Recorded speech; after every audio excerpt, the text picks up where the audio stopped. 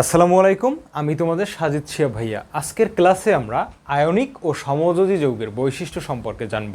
তিনটা বৈশিষ্ট্য আমরা শিখব, কারণ তোমাদের বইয়ে তিনটে বৈশিষ্ট্য দেওয়া আছে: গলনাঙ্ক ও স্ফুটনাঙ্ক, দ্রাব্যতা ও দ্রবণীয়তা, সবশেষে আমরা শিখব বিদ্যুৎ পরিবাহিত সম্পর্কে। তো চলো আমরা একে একে সবগুলো শিখে ফেলি। প্রথমে আমরা শিখব গলনাঙ্ক ও স্ফুটনাঙ্ক সম্পর্কে। এই গলনাঙ্ক ও স্ফুটনাঙ্ক আয়নিক যৌগের ক্ষেত্রে কেমন, সমযোজী যৌগের ক্ষেত্রে কেমন, এইটাই আমরা শিখব। তো আমাদের প্রথম যে আলোচ্য বিষয় সেটা কি ভাইয়া? সেটা হচ্ছে গলনাঙ্ক ও স্ফুটনাঙ্ক। প্রথমে আমরা একটু জেনে নিব গলনাঙ্ক কি, স্ফুটনাঙ্ক কি। ভাইয়া মনে রাখবা, যে তাপমাত্রায় কোনো একটা কঠিন পদার্থ গলে যায় সেটাই হচ্ছে তার গলনাঙ্ক। কি বলছি ভাইয়া? যে তাপমাত্রায় কোনো একটা কঠিন পদার্থ গলে তাকেই বলা হয় কি গলনাঙ্ক। আর স্ফুটনাঙ্ক কাকে বলে? যে তাপমাত্রায় কোনো একটা তরল পদার্থ বাষ্পে পরিণত হয় তাকে বলা হয় স্ফুটনাঙ্ক। এই সংজ্ঞা দুইটা জাস্ট মাথায় রাখো, ঠিক আছে?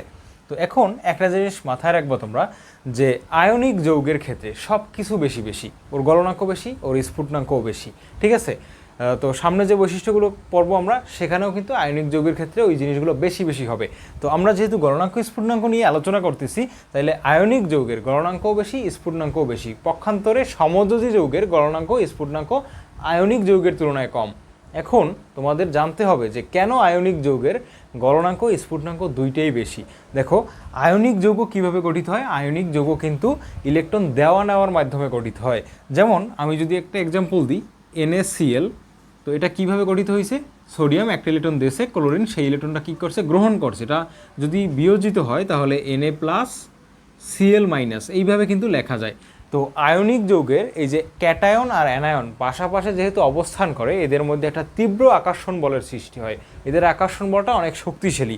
এই যে তুমি বিয়োজিত করবা বা তুমি যে এই NaCl বা সোডিয়াম ক্লোরাইড যৌগটাকে যে ভাঙবা, সেজন্য তোমাকে অত্যাধিক বেশি তাপ দিতে হবে সমযোজী যৌগের তুলনায়। কারণ কি? এদের মধ্যে বন্ধনটা খুব শক্তিশালী। এই বন্ধনটাকে ভেঙে ফেলার জন্য তোমাকে বেশি তাপ দিতে হবে। তো যেহেতু বেশি তাপ দিতে হবে, সেহেতু কি বেশি শক্তি লাগবে তোমার এই বন্ধনটা ভাঙার জন্য। এই কারণে আয়নিক যৌগগুলো বেশি তাপমাত্রায় গলে, ঠিক আছে? বেশি তাপমাত্রায় গলে ওরে গলাইতে তোমার বেশি তাপ দিতে হবে, বেশি শক্তি প্রয়োগ করতে হবে।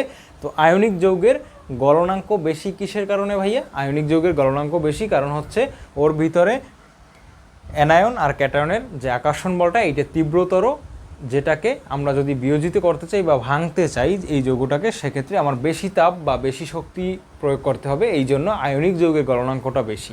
আশা করছি ভাইয়া তুমি বুঝতে পারছো। এবার আসি সমযোজী যৌগের ক্ষেত্রে, যে সমযোজী যৌগের ক্ষেত্রে এই গলনাঙ্ক এবং স্ফুটনাঙ্ক দুইটাই কেন কম। তো আমরা প্রথমে গলনাঙ্ক সম্পর্কেই আলোচনা করি, যে সমযোজী যৌগের ক্ষেত্রে কেন গলনাঙ্ক কম। সাপোজ আমি যদি একটা যৌগ লিখি, সমযোজী যৌগ, সাপোজ এইটা আছে তোমার CH4। এইখানে CH4টা কীভাবে গঠিত হয়েছে? এখানে কিন্তু কোনো পজিটিভ বা নেগেটিভ চার্জ নাই, এখানে কিন্তু কোনো অ্যানায়ন বা ক্যাটায়ন নাই। এখানে কিভাবে তাহলে এই CH4 বা মিথেন অণুটা গঠন করছে? শেয়ারের মাধ্যমে। সমযোজী বন্ধন কিভাবে গঠিত হয়? ইলেকট্রন শেয়ারের মাধ্যমে, শেষ কক্ষপথের ইলেকট্রন শেয়ারের মাধ্যমে। তাহলে একটু লক্ষ্য করো, এইটা যদি হয় কার্বন, কার্বনের টোটাল 6টা ইলেকট্রন, তাহলে প্রথমে 2টা, দ্বিতীয়তে কয়টা ভাইয়া? 4টা। 1 2 3 4। এই যে 4টা ইলেকট্রন আছে শেষ কক্ষপথে, এই 4টা ইলেকট্রনের সাথে 4টা হাইড্রোজেন এসে যুক্ত হয়। এইভাবে হাইড্রোজেন এসে যুক্ত হয় এবং ইলেকট্রন কী করে? এইভাবে শেয়ার করে। প্রত্যেকটা ইলেকট্রনের সাথে হাইড্রোজেনেরও একটা ইলেকট্রন থাকে, কারণ ইলেকট্রন কী করে? শেয়ার করে। এইভাবে প্রত্যেকটা সাথে যুক্ত হবে, মানে 4টার সাথেই যুক্ত হবে। আর হাইড্রোজেনের তো একটা ইলেকট্রন তোমরা জানোই। তো এই যে দেখো, এই যে শেয়ারের মাধ্যমে তোমার যৌগটা গঠন করলো, এই যৌগে তুমি যদি একটু তাপ দাও, তুমি যদি একটু তাপটা বাড়াও, তাহলেই কিন্তু এই বন্ধন ইজিলি ভেঙে যায়। কারণ কি? এদের মধ্যে বন্ধন যে আছে সেই বন্ধনটা খুব একটা শক্তিশালী না, এদের মধ্যে আকর্ষণ বলটা খুবই কম। এদের মধ্যে একটা ভ্যান ডার ওয়ালস আকর্ষণ বল কাজ করে। তো মনে রাখবা, এই যে আকর্ষণ বলটা বা এই যে বন্ধনটা, সমযোজী যে বন্ধনটা আছে, এই বন্ধনটা ভেঙে ফেলা আয়নিকের তুলনায় অনেক সহজ, অনেক কম শক্তি দিয়েই ভেঙে ফেলা সম্ভব। যেহেতু অনেক কম শক্তি দিলেই ভেঙে যায়, সেহেতু কি এর গলনাঙ্কটা কম হয়। সাপোজ ধরো তোমার কাছে দুইটা পদার্থ আছে, একটার ভিতরে নিজেদের ভিতরে বন্ধনটা শক্তিশালী আর একটার ভিতরে বন্ধন একটু কম শক্তিশালী। তাহলে যেটার বন্ধন বেশি শক্তিশালী সেটাকে ভাঙতে হলে তোমার বেশি তাপ দিতে হবে, মানে বেশি শক্তি দিতে হবে, তার মানে কি ওর গলনাঙ্ক বেশি। আর যেটার তোমার স্ট্রাকচারে বন্ধনগুলো কম শক্তিশালী সেটাকে ভাঙতে কিন্তু তোমার বেশি এটা শক্তি দেওয়া লাগবে না, তার মানে কম তাপ বা কম শক্তি দিলেই তুমি এটাকে ভাঙতে পারবে। এই কারণে ওই সমযোজী যৌগের গলনাঙ্ক কম হয়। এবার আসি স্ফুটনাঙ্কের ক্ষেত্রে। স্ফুটনাঙ্ক কি? আমি একটু আগেই বলছি, স্ফুটনাঙ্ক হচ্ছে যে তাপমাত্রায় কোনো তরল পদার্থ বাষ্পে পরিণত হয় তা কি বলা হয় কি? স্ফুটনাঙ্ক। তাহলে তরল পদার্থ যখন বাষ্পে পরিণত হয় তখন আসলে সিনারিওটা কেমন হয় একটু দেখো। এই মনে করো তরল পদার্থ, এখানে তুমি তাপ দিতেছো, তো তাপ দিলে এখান থেকে বাষ্পে পরিণত হওয়া শুরু করবে। বাষ্পে কখন পরিণত হবে? যখন এই তরল পদার্থগুলো ভাঙবে, ঠিক আছে? যখন তরল পদার্থগুলো ভাঙবে মানে নিজেদের ভেতরের যে আকর্ষণ বল আছে ওই আকর্ষণ বল থেকে মুক্ত হয়ে যাবে, তখন কি করবে? এই যে উপর থেকে ওরা মানে উড়ে যাবে আর কি। তো এই যে তোমার বন্ধন ভাঙলো, তারপরে কি হইলো? তারপরে গতিশক্তি অর্জন করলো, তারপরে উড়ে গেল। তো যাদের বন্ধন শক্তি বেশি তাদের ভাঙতে বেশি তাপ দিতে হবে, আর যাদের বন্ধন শক্তি কম তাদের ভাঙতে কম শক্তি দিতে হবে। শক্তি মানে হচ্ছে তাপ এই ক্ষেত্রে। তো তোমার দেখো এইখানে যদি তুমি আয়নিক যৌগ নাও, ঠিক আছে, এইখানে যদি তুমি আয়নিক যৌগ নাও তাহলে তোমার কিন্তু বেশি পরিমাণ তাপ দিতে হবে, তার মানে আয়নিক যৌগের স্ফুটনাঙ্ক বেশি। আর এইটা যদি তুমি সমযোজী যৌগ নাও সেটাকে অল্প একটু তাপ দিলেই কিন্তু ও বাষ্পে পরিণত হওয়া শুরু করবে, তার মানে সমযোজী যৌগের স্ফুটনাঙ্ক কিন্তু কম। আশা করছি ভাইয়া তোমরা খুব সুন্দরভাবে এই বিষয়টা বুঝতে পারছো। এবার আমি কিছু এক্সাম্পল দিই আসলে কোনগুলো আয়নিক কোনগুলো সমযোজী। তো আয়নিক যৌগ কীভাবে গঠিত হয়? ধাতু আর অধাতু মিলে আয়নিক যৌগ গঠিত হয়, আর সমযোজী যৌগ একাধিক অধাতুর মধ্যে সৃষ্টি হয়।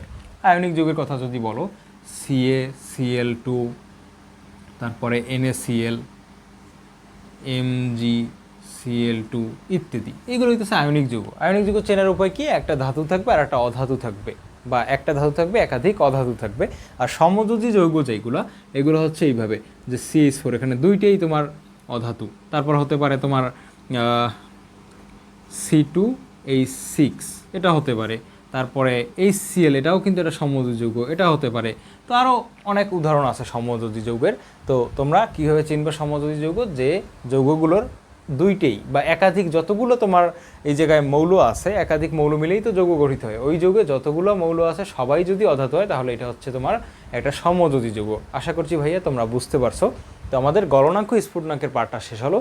এবারে আমরা জানবো দ্রাব্যতা বা দ্রবণীয়তা সম্পর্কে। তো ভাইয়া শুরুতে একটু আমাদের জেনে নিতে হবে যে দ্রাব্যতা বা দ্রবণীয়তা আসলে কি। কোনো একটা পদার্থ অন্য কোনো পদার্থের মধ্যে কত সহজে মিশে বা দ্রবীভূত হয় তা কি বলা হয়? দ্রাব্যতা বা দ্রবণীয়তা। আশা করছি ভাইয়া তোমরা সংজ্ঞাটা বুঝতে পারছো। তো দেখো এইখানে সাপোজ পানি আছে, ঠিক আছে? এই পানির ভিতরে তুমি একটা পদার্থ মিশাইতে চাইতেছো, যে তোমার কাছে কিছু একটা পদার্থ আছে, সাপোজ তোমার কাছে NaCl আছে বা MgCl2 আছে। তো তুমি যদি এটার ভিতরে দিয়ে দাও তাহলে এটা যদি গলে যায় তার মানে কি সহজেই মিশে যাবে। আর এটা যদি তুমি যদি NaCl এর পরিবর্তে বালি দাও, তো বালিটা তো আসলে আর গলবে না, নিচে কি থাকবে? নিচে তোমার অধক্ষেপের মতো পড়ে থাকবে, ঠিক আছে? নিচে পড়ে থাকবে, তো ওটা আর পানির সাথে গলবে না। তো এখন আমি একটা কথা আগেই বলছিলাম যে আয়নিক যৌগের সব কিছু বেশি বেশি। তাহলে তুমি যদি আমাকে জিজ্ঞেস করো যে ভাইয়া দ্রাব্যতা বা দ্রবণীয়তা আয়নিক যৌগের বেশি নাকি সমযোজী যৌগের বেশি, তাহলে অবশ্যই আমি কি বলবো? আয়নিক যৌগের বেশি। কারণ কি? আমি আগেই বলে আসছি যে আয়নিক যৌগের সব কিছু বেশি বেশি। তো সেটা তো আসলে ব্যাখ্যা না, আসলে ব্যাখ্যাটা কি বা কেন আয়নিক যৌগের দ্রাব্যতা বা দ্রবণীয়তা বেশি, এইটা চলো আমরা একটু দেখে ফেলি। তো তোমার কাছে একটা আয়নিক যৌগ আছে NaCl, ঠিক আছে? এই NaClকে আমরা যদি বিয়োজিত করি তাহলে কি পাই? আমরা Na+ পাই আর কি Cl- পাই, ওকে? আর পানিকে যদি আমরা বিয়োজিত করি তাহলে কি পাই ভাইয়া? পানিকে বিয়োজিত করলে দেখো তো, পানিকে বিয়োজিত করলে মানে H2O, তুমি যদি এইটাকে বিয়োজিত করো তাহলে কি পাওয়া যায়? H+ পাওয়া যায় আর কি OH- পাওয়া যায়। এখন এইটা তো এই মানে NaCl পানির ভিতরে কি হয়? দ্রবীভূত হয়, মানে গলে যায় বা মিশে যায়। কিভাবে মিশে যায়? এই যে NaCl এর পজিটিভ প্রান্তটা গিয়ে যুক্ত হয় নেগেটিভ প্রান্তের সাথে। কার নেগেটিভ প্রান্তের সাথে? পানির নেগেটিভ প্রান্তের সাথে। আর NaCl এর নেগেটিভ প্রান্ত যেটা Cl-, এইটা যুক্ত হয় কার সাথে? এই পজিটিভ প্রান্তের সাথে। তাহলে কি ঘটনা ঘটে? NaOH গঠিত হয় আর HCl গঠিত হয়। কি বলছি ভাই? বুঝতে পারছো? তার মানে এদের এর মধ্যেও প্লাস মাইনাস আছে, এর মধ্যেও প্লাস মাইনাস আছে। এইটার পজিটিভ প্রান্তের সাথে এইটার নেগেটিভ প্রান্ত যুক্ত হয়, এইটার নেগেটিভ প্রান্তের সাথে এইটার পজিটিভ প্রান্ত যুক্ত হয়। এইভাবেই কিন্তু আসলে একটা পদার্থ বা একটা যৌগ পানিতে গলে যায়। এখন আমি যদি এখানে আয়নিক যৌগ না নিয়ে আমি যদি একটা সমযোজী যৌগ নিই, সাপোজ একটা সমযোজী যৌগ আছে এইভাবে যে CH4, ওকে, এইটাই নিলাম আমরা CH4।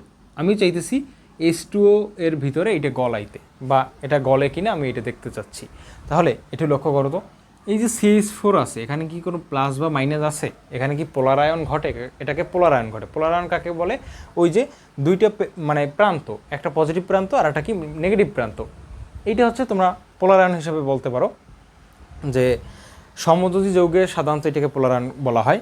তো পজিটিভ নেগেটিভ তো আসলে এখানে সৃষ্টি হয় নাই। আমি কি এখানে বলতে পারি যে C+H-, এভাবে তো বলা যায় না আসলে, কারণ এটার ভিতরে পোলারায়ন ঘটে নাই, মানে মেরুর সৃষ্টি হয় নাই, পজিটিভ নেগেটিভ প্রান্তের সৃষ্টি হয় নাই। তো তাহলে কার সাথে কে যুক্ত হবে? এইতে H2O তো আমি চাইলে এইভাবে করতে পারি যে H+ প্লাস দিয়ে OH-, কিন্তু আমি তো এটাকে ভাঙতে পারতেছি না, তাহলে তো যুক্ত হতে পারতেছে না। যেহেতু যুক্ত হতে পারতেছে না, তার মানে কি এটা কিন্তু পানিতে দ্রবীভূত হবে না বা গলবে না। এখন কথা হচ্ছে যে সব আয়নিক যৌগই কি আসলে দ্রবীভূত হবে, বা সব সমযোজী যৌগই কি অদ্রবণীয় থাকবে? না, কিছু আয়নিক যৌগ আছে যেগুলো আসলে পানিতে দ্রবীভূত হয় না, সেগুলো আসলে নিচে অধক্ষেপ করে। আবার কিছু সমযোজী যৌগও আছে যেগুলো পানিতে দ্রবীভূত হয়। কেন দ্রবীভূত হয় তোমরা উপরের শ্রেণীতে জানতে পারবে, কিন্তু আমি জাস্ট তোমাদের একটু শিখিয়ে রাখি হালকা, মানে সহজ করে। যেমন HCl যে যৌগটা আছে, এই HCl কিন্তু এটা সমযোজী যৌগ। এই HCl সমযোজী হওয়া সত্ত্বেও এটা কিন্তু পানিতে দ্রবীভূত হয়, কারণ কি ওর ভিতরে পোলারায়ন ঘটে। কিভাবে পোলারায়ন ঘটে?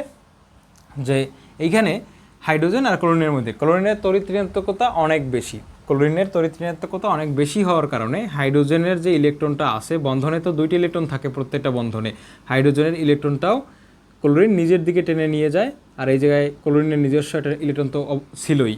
তো এখন দেখো একটা জিনিস, যে এই হাইড্রোজেনের ইলেকট্রনটাও তার থেকে দূরে সরে গেছে। তার মানে কি? তার মানে হচ্ছে হাইড্রোজেন এখন আপেক্ষিকভাবে বা আংশিকভাবে ও হচ্ছে ধনাত্মক, কারণ ওর ঋণাত্মক চার্জটা চলে গেছে। এটাকে ডেল্টা মাইনাস দ্বারা প্রকাশ করা হয়। আর ক্লোরিনের একটা ইলেকট্রন তো বন্ধনে ছিল, আরও একটাও নিয়ে আসছে নিজের দিকে, তাইলে কি এটাকে আংশিকভাবে, এই হাইড্রোজেন হচ্ছে আংশিকভাবে ধনাত্মক কারণ নেগেটিভ চার্জ চলে গেছে, আর ক্লোরিন কি আংশিকভাবে ঋণাত্মক কারণ এক্সট্রা একটা নেগেটিভ চার্জ বা ইলেকট্রন নিজের দিকে টেনে নিছে। তাইলে এখানে কিন্তু পজিটিভ নেগেটিভ প্রান্তের সৃষ্টি হয়েছে, যদিও এটা একটা সমযোজী যৌগ, এটা সমযোজী যৌগের আয়নিক বৈশিষ্ট্য বলা হয় এটাকে। তাহলে এইটা হওয়ার কারণে এর মধ্যে পোলারায়ন ঘটছে, তার মানে এটা কিন্তু পানিতে বিয়োজিত হতে পারবে। H+Cl- হলে এটা কিন্তু পানিতে বিয়োজিত হতে পারে। তো এটুকু আসলে শিখিয়ে রাখলাম, কারণ অনেক সময় পরীক্ষায় আসতে পারে। তো আশা করছি তোমরা দ্রাব্যতা সম্পর্কে বুঝতে পারছো কেন আয়নিক যৌগ পানিতে দ্রবীভূত হয়, কারণ ওর ভিতরে প্লাস মাইনাস আছে। তো ওই প্লাস মাইনাস পানির প্লাস মাইনাসের সাথে যুক্ত হইতে পারে।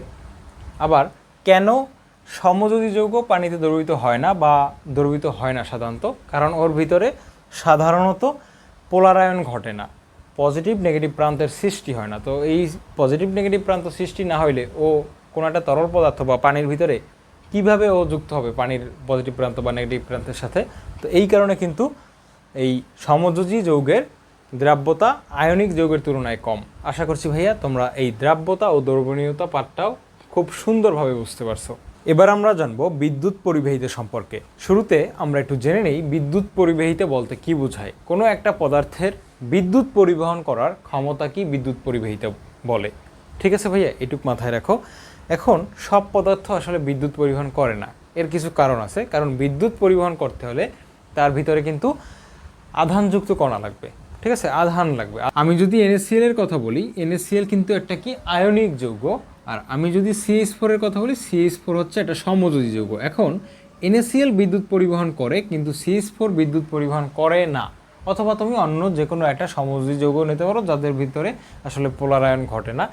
তো এই যে NaCl আছে, ঠিক আছে, এই NaCl কেন বিদ্যুৎ পরিবহন করে? বিদ্যুৎ পরিবহন করার কারণটা হচ্ছে কি, NaCl কিন্তু আসলে আয়নিত হইতে পারে। মানে তুমি যদি এরে পানির ভিতরে দিয়ে দাও তাহলে এইভাবে কিন্তু ও বিয়োজিত হয়, Na+Cl-। তো দেখো তো আধান আছে কি না? হ্যাঁ, সোডিয়াম প্লাস আধান আছে আর Cl- আধান আছে। তাহলে এই আধানগুলো কিন্তু বিদ্যুৎ পরিবহনের জন্য দায়ী, ঠিক আছে। আর তুমি যদি CH4 কথা চিন্তা করো, এটাকে কিন্তু আসলে আমরা বিয়োজিত করতে পারি না। বিয়োজিতও যদি করতে না পারি বা অন্য যে কোনো একটা সমযোজী যৌগ যদি নাও যেটার ভিতরে পোলারায়ন ঘটে নাই, সে কিন্তু বিয়োজিত হবে না। যেমন চিনির কথা যদি বলি আমি, চিনির সংকেত হচ্ছে C12H22O11। এই চিনি কিন্তু বিদ্যুৎ পরিবহন করতে পারবে না, কারণ ও তো আসলে আয়নিত হইতে পারে না, ও তো আসলে বিয়োজিত হয় না। এইটা যেভাবে বিয়োজিত হয়েছে ক্যাটায়ন অ্যানায়ন আকারে, এটাকে তো এইভাবে লেখা যায় না, তাহলে ও কী করে না, বিদ্যুৎ পরিবহন করতে পারে না। অর্থাৎ আমরা বুঝলাম যে বিদ্যুৎ পরিবহন করতে হলে আধানের দরকার আছে, মানে পজিটিভ নেগেটিভ দুই প্রান্তের দরকার আছে, মানে পোলার আয়নের ঘটতে হবে, দুইটা পজিটিভ আর নেগেটিভ, মানে একটা পজিটিভ প্রান্ত একটা নেগেটিভ প্রান্ত থাকতে হবে, যেটা আয়নিক যৌগের ক্ষেত্রে থাকে, যেটা সমযোজী যৌগের ক্ষেত্রে সাধারণত থাকে না। তাহলে যার ভিতরে থাকে না সে কী করতে পারবে না, বিদ্যুৎ পরিবহন করতে পারবে না। এজন্য অধিকাংশ সমযোজী যৌগ বিদ্যুৎ পরিবহন করতে পারে না, আর অধিকাংশ আয়নিক যৌগ বা মোটামুটি বেশিরভাগ আয়নিক যৌগ কিন্তু বিদ্যুৎ পরিবহন করতে পারে। তো এই ছিল ভাইয়া আজকের লেকচারটা। আশা করছি তোমরা খুব সুন্দরভাবে বুঝতে পারছো। তো তোমরা চ্যানেলটা অবশ্যই সাবস্ক্রাইব করে রাখো, কারণ ইনশাল্লাহ তোমাদের প্রত্যেকটা সাবজেক্টের প্রত্যেকটা চ্যাপ্টার এইভাবে ভেঙে ভেঙে তোমাদের জন্য সহজ করে দিব। আল্লাহ হাফিজ।